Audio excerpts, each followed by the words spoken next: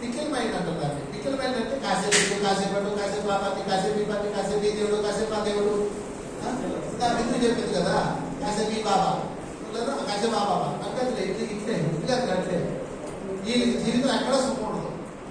Toll gate దగ్గర చూడండి, నేను బాగా కనపడతాను. నేను టోల్ గేట్ దగ్గర ఇటుపోతాడు, ఈలో అటు అటు అటు అటుపోతాడు, అటు వచ్చి ఇటుపోతాడు, ఇద్దరుతూనే ఉంటారు.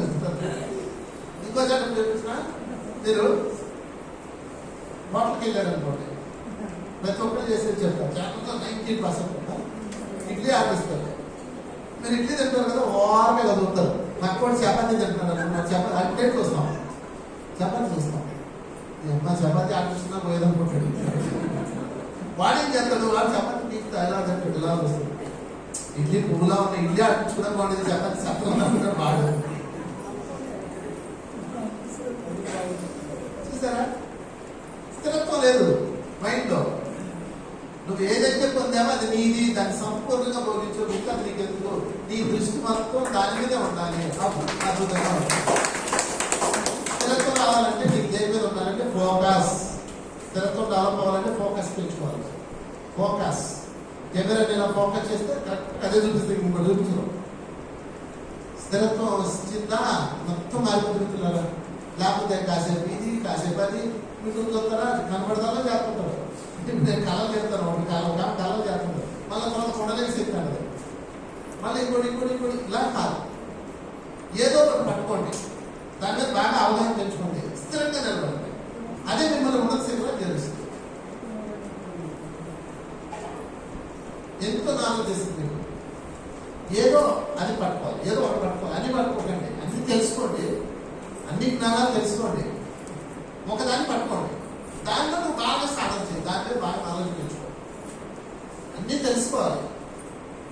ఇప్పుడు ఇంకో ఈ మహిళలు ఉంది, ఈమె చాలా పెద్ద చదువు చదువుకుంది, జడ్జి అవ్వాల్సింది, ఆధ్యాత్మిక గురువు అయిపోయింది, అన్ని నేర్చుకుంది. కళల సబ్జెక్ట్ పట్టుకుంది. 2020లో నా దగ్గర జూమ్లో వచ్చేది క్లాస్కి. దేవుడు అంటే మా శ్రీకాకుళం అంటే సరే అలా నేర్పేవాళ్ళం జూమ్లో. అదే పట్టుకుని అదే సాధన చేసి లోతుల్లోకి వెళ్ళిపోయి ఎన్నో నాలెడ్జ్ పొందింది. అమెరికా, బ్రిటన్, జర్మనీ లాంటి దేశాల్లో జూమ్లో క్లాసులు చెప్పి ఎంతో మందికి ఇచ్చింది ట్రైనింగ్. అలా తెలియదు సబ్జెక్ట్, ఎందుకు తెలియదు, నువ్వు అదే పట్టుకున్నావు. స్థిరత్వం, ఫస్ట్ స్థిరత్వం ఉండాలి. వ్యక్తుల్లో అయినా, సబ్జెక్టులో అయినా, జ్ఞానంలో అయినా, దేని ఫస్ట్ స్థిరత్వం. నువ్వు నిలబడవు కదలకుండా, నువ్వే స్ట్రాంగ్ ఉండవు. నేను తీసుకుని 2 నిమిషం ఉండవు. గుర్తుపెట్టుకోండి, ఈ దారిలో కూడా ఉంటే ఆ దారిలో కూడా ఉంటాయి, ఈ దారిలో కూడా ఉంటే ఆ దారిలో కూడా ఉంటాయి. ప్రతిదీ పాజిటివ్గానే ఉంటుంది, ప్రతిదీ దానిలో నెగిటివ్ ఉంటుంది. అద్భుతమైన ఒక్కటంటూ ఏది ఉండదు. అన్నింటిలోనూ కష్టాలు ఉంటాయి, అన్నింటిలోనూ సుఖాలు ఉంటాయి. మనం ఏం చేస్తామంటే ఎప్పుడు పక్కోడిని చూస్తానే ఉంటాం. మన దరిద్రం ఏంటో కానీ పక్కోడి వ్యాపారం, పక్కోడి జీవితం, పక్కోడి వెళ్ళడం, పక్కోడి మూడు, పక్కోడి పిల్లలు, పక్కోడి చదువు, పక్కోడి బట్టలు, పక్కోడి కారు, పక్కోడి బిల్డింగ్, ఇంకా స్థిరత్వం. ఇన్ని చూసేటప్పుడు ఇంటి వెళ్ళిపోతాం, అటు అని కూడా కనపడతాడు, అటు వెళ్తాం. రేపు చాలా జీవితం. అందుకనే ఆధ్యాత్మికంగా ఎదగాలన్నా, భౌతిక ప్రపంచంలో వెలిసిల్లాలన్నా స్థిరత్వం చాలా ఇంపార్టెంట్. స్థిరత్వం రావాలంటే ఏం కావాలి? ఫోకస్. ఎక్కడ పెడతారు పెట్టండి, ఏది నచ్చిందో దాని మీద పెట్టండి. ఫోకస్. ఆ జ్ఞానం వచ్చి తీరుతుందండి, అది స్థిరత్వం.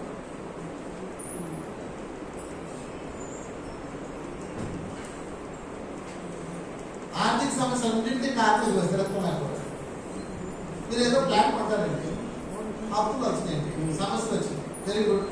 దాన్ని అందరూ గవర్నమెంట్ అడిగి నాకు ఒక కేసు ఇస్తాం జ్ఞానం ఉంది. నా దగ్గరకు వచ్చి నేర్చుకుంటూ వచ్చింది, సార్ ఆర్థిక సమస్యలు సార్ అన్నాయి. ఏంటమ్మా అన్న, ఇదిగో 50 లక్షలు అప్పు ఉంది సార్ అన్న. అయ్యో ఎంత కష్టం వచ్చింది, ఎందుకు ఎంత ఖర్చు అయింది అన్న. ఎందుకు 50 లక్షలు అయింది, నీకు నెల వడ్డీ కట్టలేసి వస్తున్నాను సార్ అన్న. ఎందుకైందంటే మేము 2 ఫ్లాట్లు తీసాం సార్ అన్నాము. నీకు ఫ్లాట్స్ ఉన్నాయా అన్నారు. ఉన్నాయిగా అంతే. నాకు డౌట్ వచ్చి ఇంకేమని చెప్పాను, ఒక ఇల్లు ఉంది, 2 ఫ్లాట్లు ఉన్నాయి, 3 ఎకరాల పొలం ఉంది, 7 ఎకరాల నాకు అడుగుతుంది. అది లిస్ట్ చెప్పింది. మాది 5 కోట్లు ఉంది ఆస్తి, ఇది 50 లక్షలు ఏడుస్తుంది. సరే ఒక పని చేయి, నీకు అన్నింటిలో కల్లా పెద్దగా ఉపయోగం లేదు, ఏది ఉందో అది అమ్మేసేయి. 50 లక్షలు ఏది ఉందంటే పలానా ఫ్లాట్ ఉంది సార్, అది అమ్మితే ఒక 70 లక్షలు ఉంటుంది సార్ అంటే. సరే అమ్మేసి హ్యాపీగా 70 లక్షలు అప్పు తెచ్చుక ఇక మిగిలిన డబ్బుతో డిపాజిట్ చేసుకుని ఫుల్ ఎంజాయ్ చేయకు అని చెప్పాను. వెళ్ళింది. మళ్ళీ వారం తర్వాత వచ్చింది. అయిపోయిందా సంస్థ తిరిగిందన్న. లేదు సార్ అన్న. ఏంటంటే రేట్ రాలేదు సార్, రేట్ రాలేదు. 100 రేట్లు మీరు లక్షలు కొన్నారు, ఈరోజు 70 లక్షలు ఉంది మార్కెట్లో.